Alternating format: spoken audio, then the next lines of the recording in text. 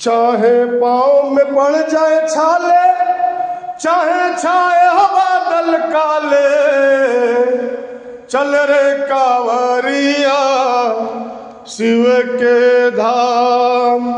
चल रे कांवरिया शिव के धाम।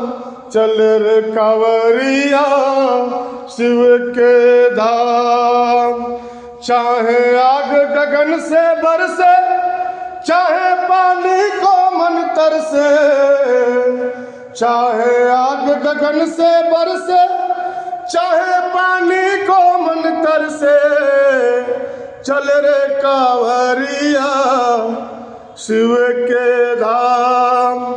चल रे कांवरिया शिव के धाम। चल रे कांवरिया शिव के धाम। बोल बम बोल बम बोल बम बोल, तेरा कुछ न लगेगा मोल। बोल बम बोल बम बोल बम बोल, तेरा कुछ न लगेगा मोल। बोल बम बोल बम बोल बम बोल, तेरा कुछ न लगेगा मोल।